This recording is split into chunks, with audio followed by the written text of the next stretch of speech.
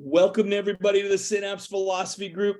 We are on page 8 of D.D. Palmer's The Chiropractor, 1914. We're on the chapter, The Moral and Religious Duty of the Chiropractor. I'm Dr. Haig John, your host, and we've got Alan Lichter, Barry Hobbs, Carol and Bob Crystal, and we have people coming in and out. And this is our core group, and I really feel blessed to have you guys, just being with you to share. I learn a lot from you, and we all have stuff to share with each other. And, this book is public domain. This is a free download PDF. And if you search for it, because it's over 100 years old or something like that, but it's loaded up into a public library. So the PDF I've sent out to hundreds of people is a free download if you want to go check it out. And I think that's wonderful, where other people can read our rich philosophy. Hopefully they do, and they can check it out. If you're just coming across this podcast, Google that, D.D. Palmer's The Chiropractor 1914, and you'll get a free download of this. Where we are, if you guys can remind me, are we at the bottom of page 8? Am I correct? We are at the paragraph that starts, chiropractic gives relief to and opens up a haven for. Alan, since you just started, can you just continue to read? How about that? Absolutely. I'm sorry, I didn't get my light on over here, but I think I can do it without it. Okay. Chiropractic gives relief to and opens up a haven for those who are ailing, making them physically, mentally, and spiritually invigorated and whole. This noble work results in the direct salvation of countless numbers of mental and physical wrecks, for the consequences of their disabilities do not stop at the grave, but continue on and on into the eternal spiritual existence. Okay, let's pause on that one. Let's pause there. Okay. Any feedback? What are you guys thinking? This noble work, you exalted chiropractor.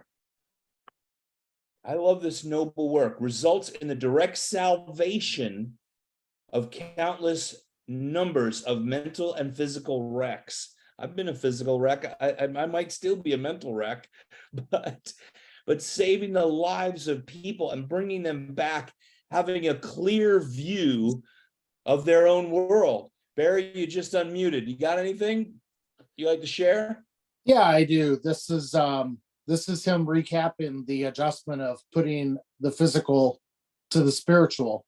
And it's just, it's put that way in this paragraph here, in the noble work, the physical wrecks, the consequences of their disabilities. They do not stop at the grave. I love how eloquent he is here in this, but it does basically talk about that connecting of man and physical and spiritual, and it's going to continue because that connection, whether you feel it or whether you know it or not, internally, intelligently, that connection is moving onward and upward and forward. He spends a lot of time, and this is probably part of his spiritualism background, of going past the grave, bringing this intellect that we learn in an educated way beyond this realm that we're currently vibrating in, and that's not something I'm well educated on, besides with Dee and my own spiritual background. But, there's a lot of thought to that. What do you guys feel about that? When you mention grave, that automatically gives a human a stop in what they're doing, correct? And he's talking about this eternal spiritual existence and stopping at the grave. And you made a great point, Heg. This is that spiritual is coming out in him, but also in this chiropractic, it's universal intelligence and innate intelligence in that crossing over. Now, I believe it was in Stevenson, he also talks about the spiritual needs the material, the spiritual realm needing us and doing this work. And, what we're doing is carrying on, whether it's, think about, what we're learning from this existence, or we bring it in the spiritual realm Does spirit need this lifetime for experience to grow of what it is to be in a material way? But he does spend, a few, syllables in mentioning that in many different places. And it's worth touching on. It's what people get afraid of to talk about in this type of thing. What do you guys feel about it? Anything else? We can move on. Alan, you want to continue? Sure. An author on chiropractic states, quote, "The special philosophy which he has worked out assigned as the foundation," unquote. Philosophy, special or general, is not the foundation upon which I built the science of chiropractic. And here's the big line right here, right away, right? Its science is based on tone. Tone is the standard from which we note the variations of structure, temperature, tonicity, elasticity, renitency, and tension. It is the standard of health. Any deviation therefrom is disease. Tone is the basic principle in all caps here, the one from which all other principles which compose the science have sprung. We should know what tone Pause there. Pause it there. We need a clear understanding of tone. And someone just posted on their page, Dee Dee is not talking about musical notes or what have you. And we're not. And he doesn't like analogies like that either, honestly. But what is he talking about? Elasticity, renitency. I looked that up, by the way, and it means give it to me. Resulting compulsion or constraint. Okay. And tension, the basic standards of health. Any deviation therefrom is disease. Tone is the basic principle, the one from which all other principles, which compose the science have sprung. It's almost like a poem he's writing. Let's explore this basic principle. What's the basic principle of tone?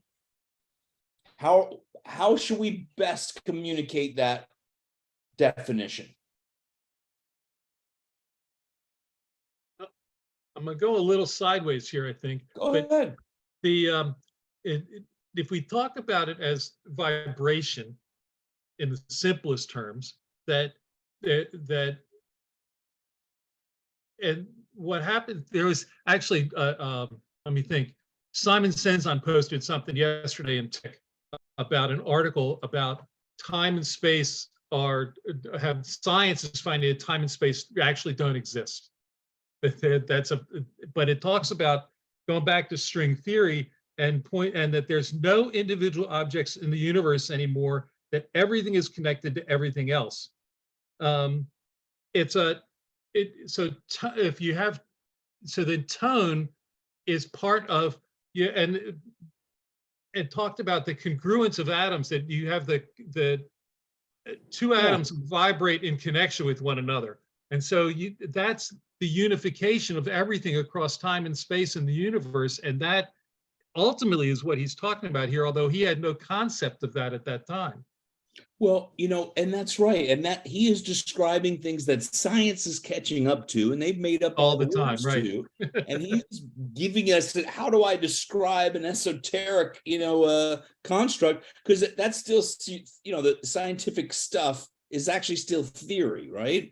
Well, that's the thing. That's why I bring it up sometimes. Science is catching up to chiropractic all the time. Yeah. And I think it's important that we annotate the things that they find that start to validate things that we've been saying.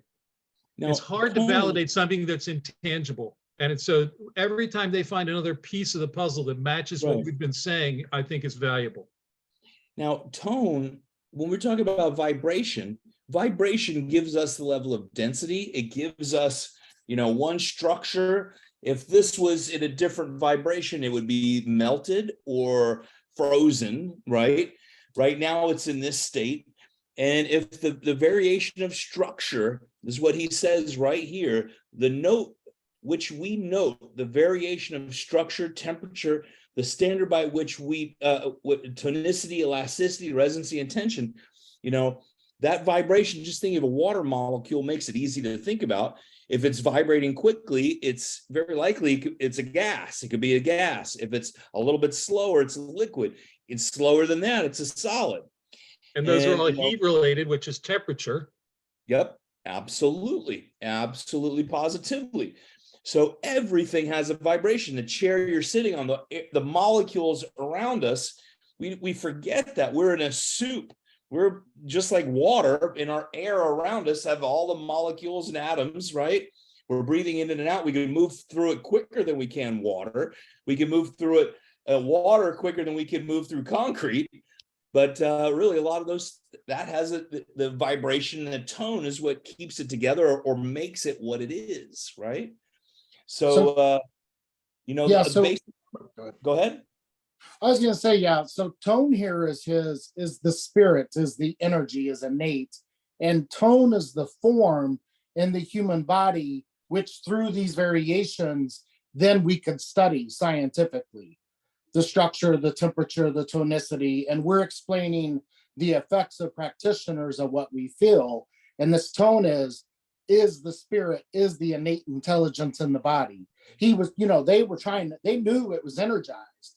They knew it was magnetic. They knew it was spiritual. They knew it was tonic. It was alive.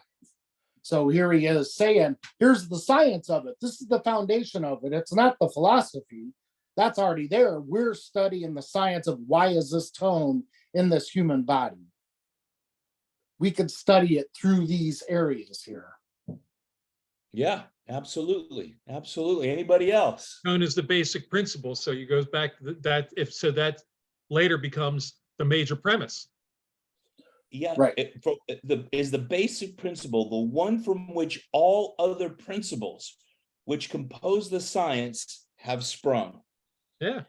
Because there's no tone in a cadaver. There's a tone from universal intelligence in a cadaver, but there's no tone in a cadaver. There's a tone in this live human being that we are adjusting. And here scientifically, he's telling us how we can measure it. Even back then, all these details, retentancy, tension, tonicity, elasticity, and the neurologists today are talking about it daily on our Facebook posts and in the research. That's right. Yeah.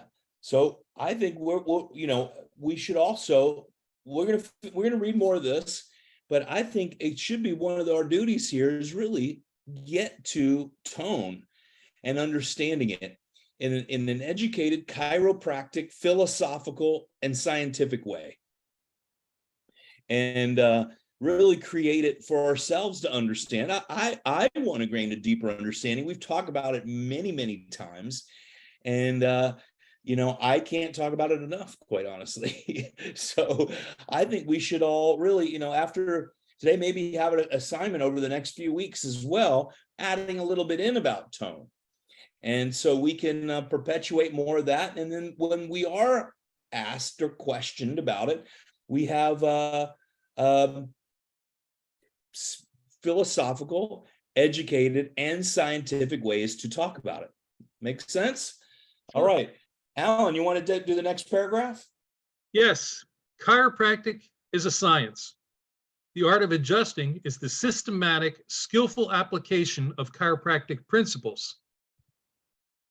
Much study and correct reasoning upon the laws which constitute the science have developed its philosophy. The foundation of chiropractic does not consist of its philosophy nor of the art of adjusting. I discovered the principles of which chiropractic science is constituted. By skill, directed by knowledge of the science and its philosophy, I originated the art of adjusting. A knowledge of the science, art, and philosophy of chiropractic contain a moral and religious duty. Morally, it serves as our basis of humane action according to our reason and judgment concerning our physical welfare. Religiously, it governs our motives of divine duty and with respect to the advancement of our spiritual existence throughout eternity.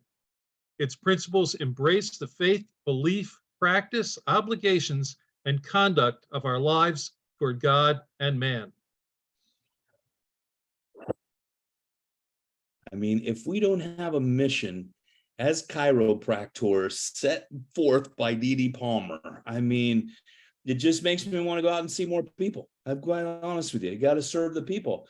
What'd you guys get out of that? You know, naturally, in practice, I always say the philosophy, science, and arts naturally bring the philosophy forward. I don't know if I got that from BJ or assume that Dee said. However, we talked about this a month or so ago, that the scientist in D.D. Palmer led him to the philosophy of it.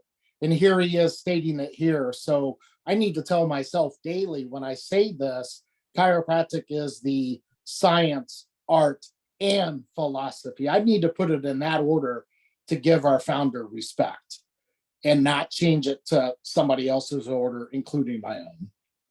Barry, you basically, you know, or said what I was thinking, because I put the philosophy first, the art second, and the science last. And, you know, he put so much effort in creating the science, studying the science, reading the books, collecting the spines, analyzing, and in depth, you know, with every tool he could for the time in creating that science. And it is extremely important. And you're right. Thank you for stating that, because I want to put it in my order that I enjoy. But you know, that is not the correct order from D.D. Palmer himself. Absolutely. And then his science-minded son, who did the work, amazing scientific work, measuring innate, measuring, you know, everything he possibly could, creating one of the first Faraday cages and, you know, doing experiments in there. So, you know, I mean, BJ's work is just astronomical. We can go on about that for days. Thank you for that. Thank you. Anybody else? By skill, directed by the knowledge and science and its philosophy, originated the art of adjusting. I mean, that's it right there. All right. You know, I touch on the spiritual part a lot. That last sentence, its principles embrace the faith, belief, practices, obligations, and conduct of our lives towards God, big G, and man, little m. And I think it is an important thing to get that across to the people that are in school or graduated and a little bit lost, okay? Because, you know, finding themselves back in their own faith and belief systems and helping them understand it's not brand new in chiropractic. It's not something I made up, but it's ultimately from D.D. Palmer. And to have that mission, I feel it's for the people working on the art and the philosophy. The science is out there. We use the science of today and science that we've done, but enhancing our philosophical understanding of what we do, which is what we do here, and then enhancing our art, continually working. And, you know, does a master ever reach mastery within himself? I mean, does a master ever say, I'm a master, I'm done, I'm finito? No, right? But it's the ones that say, yeah, I got that, I'm pretty good, I don't need to practice it, are the people that I don't want to adjusting me. I'll be quite honest with you right now, okay? Nor would I let them loose on the people, the denizens of the earth, God's children. So, you know, this is we're hearing about what happened in his office today. Yesterday. Yes, exactly. And if you've ever had a professor or anybody ever say, fake it till you make it, I have no more words after that besides things I shouldn't say in public, okay? I have a chiropractic Over the lady here as well, too, Carol. I have a chiropractic answer. That violates natural law. Thank you, sir. You will have consequences. You will have consequences, and the people, they deserve more. They deserve more. You deserve more. Hundreds and hundreds of thousands of dollars of education and time, blood, sweat. We all went through chiropractic school, and it's a lot of blood, sweat, and tears. So you deserve to do well. And anybody needs any help, call any of us anytime. I'm sure anyone would be happy to help you in any way. And this weekend I'm in Spartanburg, and I'm excited to go to Spartanburg and have a Nate adjusting. If you're having trouble paying, you don't have the money, I'll cover it for you. Okay. So anybody listening, that's it. For any seminar, it doesn't matter. Okay. So I'm going to read the next paragraph. All right. Those who have a knowledge of or belief in a future state of existence, regardless of church or creed, can become believers in and practitioners of the religion of, capital O-F, religion of chiropractors, not chiropractic. And I want to talk about, what do you think the distinction of that is? And, our belief systems. What do you guys feel? That's a strong statement.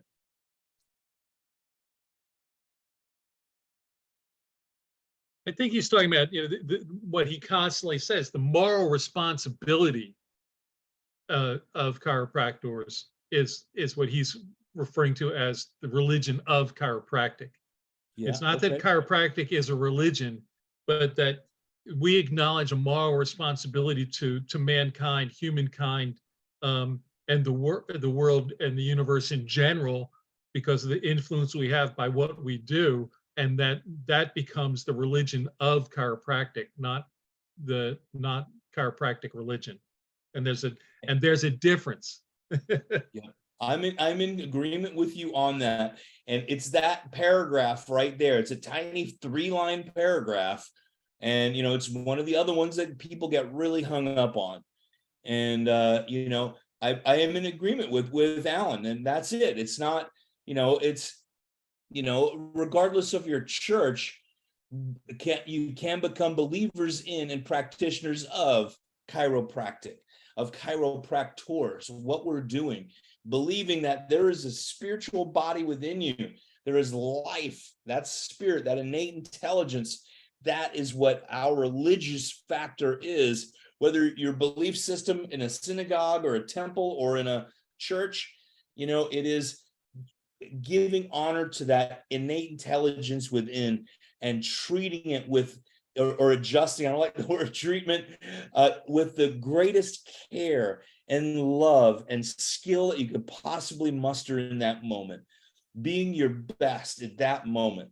And that's what I see as the religion of chiropractors. And not to be prayed to, but to be honored, that honor within. So there, we've said it. Okay. Anybody else have any input? All right. I love this next paragraph. Go for it. Can you read it? Absolutely. That which I named innate, born with, is a segment of that intelligence, which fills the universe. This universal, all wise, is metamerized, divided into metameres as needed by each individual being.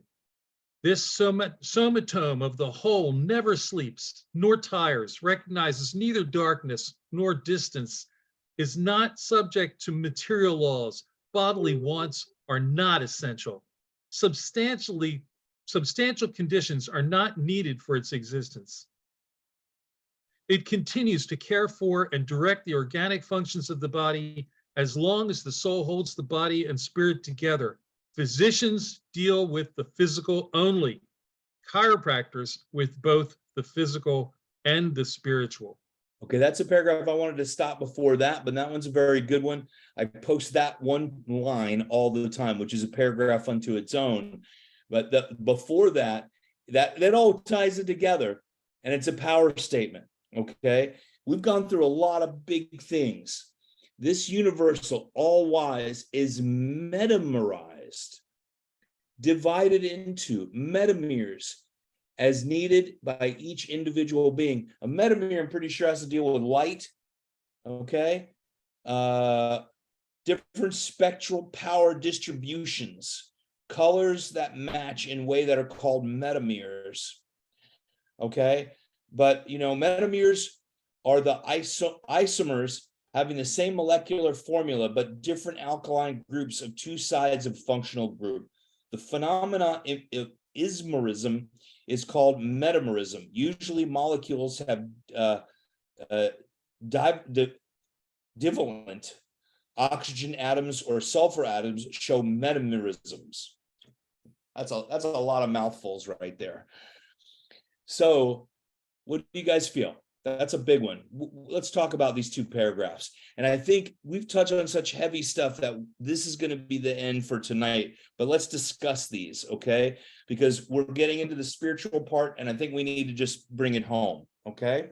We talk here, he says straight ahead, he talks about the spirit with that that which I named innate, born with, is a segment of that intelligence which fills the universe. It's a part of, but apart from that universal intelligence that we talk about later, this universal, all-wise, etc. So that is a clear statement about we're not separate from everything else here.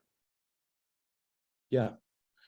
Just like you said, everything being connected, light is a wavelength, it's a vibration as much as is a particle, right? And we're connected through that light. We're connected to all things. It changes our vibration if something comes into a room. Anybody else? Go ahead. Innate. I love innate. I love this word. I love her power. I love the whole concept. After practicing for 15, 18 years in a very specific upper cervical knee chest type art, when you truly realize the divinity and the power of individuals' innate intelligence, and consequently, at the same time, I heard Herbert Ross Reaver say his number one goal was to teach and to tell every human being that they had an innate intelligence. That was his number one goal. And once I heard that, I ran with it. My license plate says innate. I say innate to every person I run into. It comes out of my mouth more than any other word. I love this paragraph. I love innate. This is what makes us truly, truly unique on this entire planet. Absolutely. And I'm with you. And that whole, obviously, it's right here. So it's my logo. It's not even the name of my business, though. I put it everywhere. And, that thing that we are honoring, I'm not adjusting your material. The way to connect through innate is through the material, right? But we're really working with that spirit within. And that's what I teach you, my weekly classes. We're working with that inner substance. That's your innate intelligence. It's digesting your food. If you had to think about that all day, that's all you'd be able to do. Plus, intellectually, we have really no idea how that works, right? But innate does. Never sleeps. What did he say? The whole never sleeps nor tires, recognizes neither darkness nor distance, is not subject to material law, bodily wants are essential. Substantial conditions are not needed for its existence. It's everything, right? There is no space-time continuum. That's Barry, I know you saw that article because I saw you commented on it. Absolutely. And here is what's truly mind-boggling. Humans destroy themselves every day. They challenge her mentally, spiritually, physically. They throw everything at her all the time, even while they're asleep, thinking bad thoughts, their next mortgage, this, that. And she is still providing purity in life 100% of the time. Yeah, 100%. Without fail. And from the other side, as chiropractors, knowing that innate is within us and within them, and there's no separation, then that allows, when you're aware of that and allow that connection to happen with the person that's in front of you when you're addressing them, to try to find a subluxation and release that power within them, if you can allow that innate connection, there's another level to the adjustment. Absolutely. Go ahead, Barry.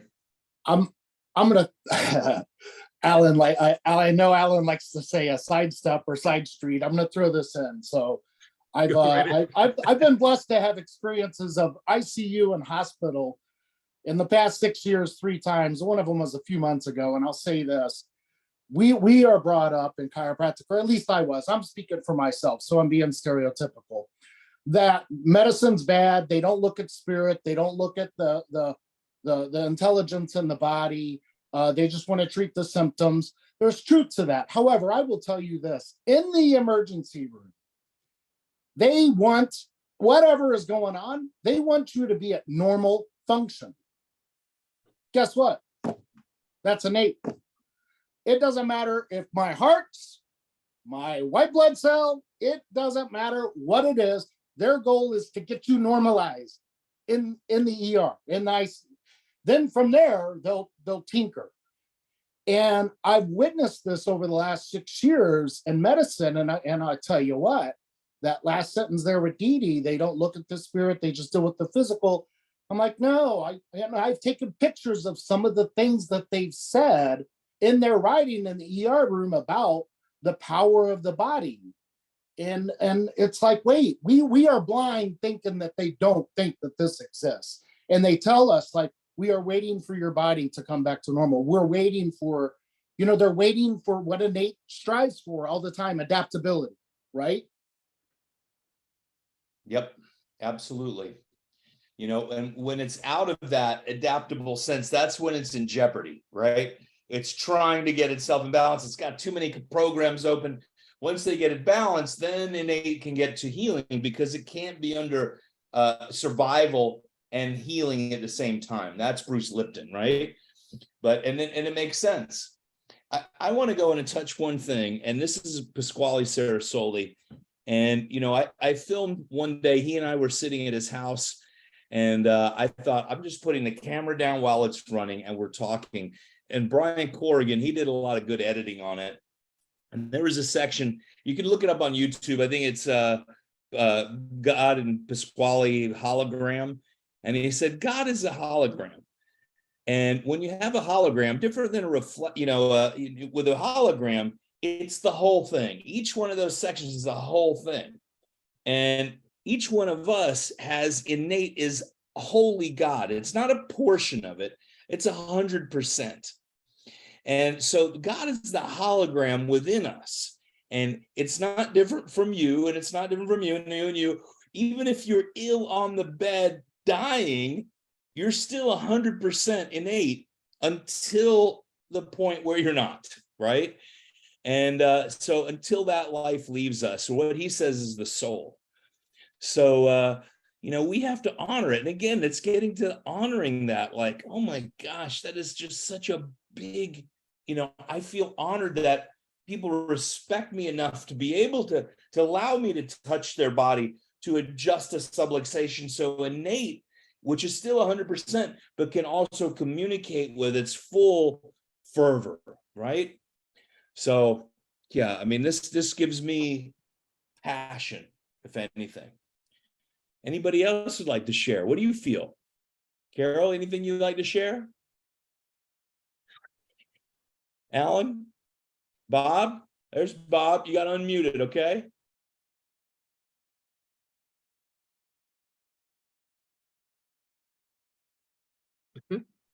Hey. Go. Hey. I've been listening the whole time.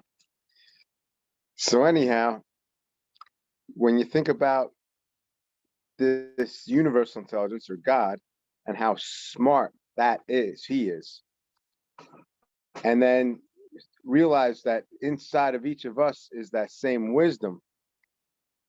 That's like what we were talking about, what I think Barry was saying, how Herbert Ross Reaver couldn't wait to tell the next patient about innate.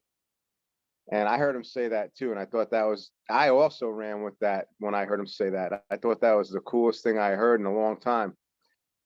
But I like to just tell people you eat a sandwich and the body breaks it down, and the next thing you know, it's broken down into these molecules, and the next thing you know, it's building new heart cells in your body and new eyeball cells and new skin cells.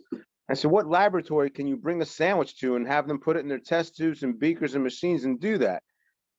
And so this amazing, the wisdom that's within us, it's kind of easy to describe with little examples like that.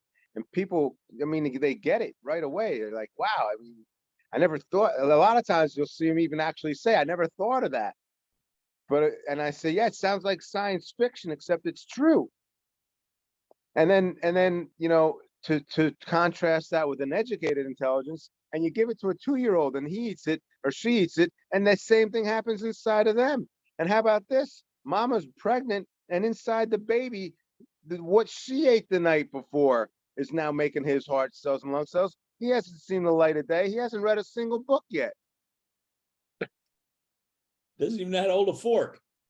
But he knows how to go for those containers. That sounds like Pasquale right there.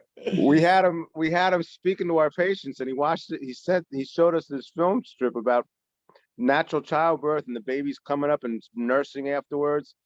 And he says in front of all our patients, he says, and did you see the babies, how they like the breast milk more than the bottled milk? Well, no wonder. Look at the containers it comes in. And I was going, oh, man, I can't believe you just said that. But everybody loved him. Everybody thought he was great. I bet all those people are still around. Yeah, you're right. You're When right. you get adjusted, right? Yeah, it's a true story. Okay, ciao. Thank you. Hey, it's good to see you, Bob. This was a big night. There's a lot of big stuff on this. We talked about a lot of stuff. There's some really, concepts that need to be talked about and understood. And I know we need to just really spend a little bit more on tone, get to know what Dee really is talking about in tone. If, you guys can come up with some things and, next week we'll talk about it. We don't have to do the whole thing, because I tell you, the next paragraphs are also meaty too. But I think we did enough for tonight, because I think a lot of this has to digest. We still have to digest what we even just read. I'm going back and I'm reading these again because they're so powerful. It's a special thing we have. And I really thank everyone for being on here. And I'm growing as a human being and a chiropractor, as a man as well. Anybody have any closing things they'd like to say, or comments or whatever? This book is so deep. It's amazing. We get through like a half a page a day. Look, we're on page 9. And we've been going for weeks. I know, but we have there's so much material here. It's so good. And I hope that people listening get as much out of it and think about it and talk about it with your friends. And you should discuss it too. What else can you come up with? And jump on with us. Send us a text and let us know what you're thinking about what we've said. I'd love to have feedback from some of the people that may be watching the video. Well, what I have done is take off the commenting, because it gets so much weird stuff, and I'm constantly deleting comments. Yeah. So I've had to just take off commenting. That's too bad. Yeah. It's just gets so bizarre. Nothing chiropractic. It's not from chiropractors. It's from all kinds of things. So, but you can get on the page. It's the Facebook page, Synapse Philosophy Podcast, and send us some messages. Hey, John, you could send me a message directly, or Alan, or Barry, or Carol, and or Bob. And we're on the most here. We have a lot of people come in and out. If you can make it during this time, join us. But I want to say thank you. It's grounding, I really feel, for our mission in chiropractic. Not everybody gets it. But their calling is somewhere else. And I'm sure they're serving at a very high level and caring for humanity. This is really, I see is spiritual chiropractic, and really having a concept of service and humanity, serving God's people by serving God by serving his people. So it is a wonderful Tuesday night. Blessings to everybody. And I'm so happy, and I can't wait to see you next Tuesday. Love you Good guys. night, everybody. Good night. Thank you. Good night. Good night.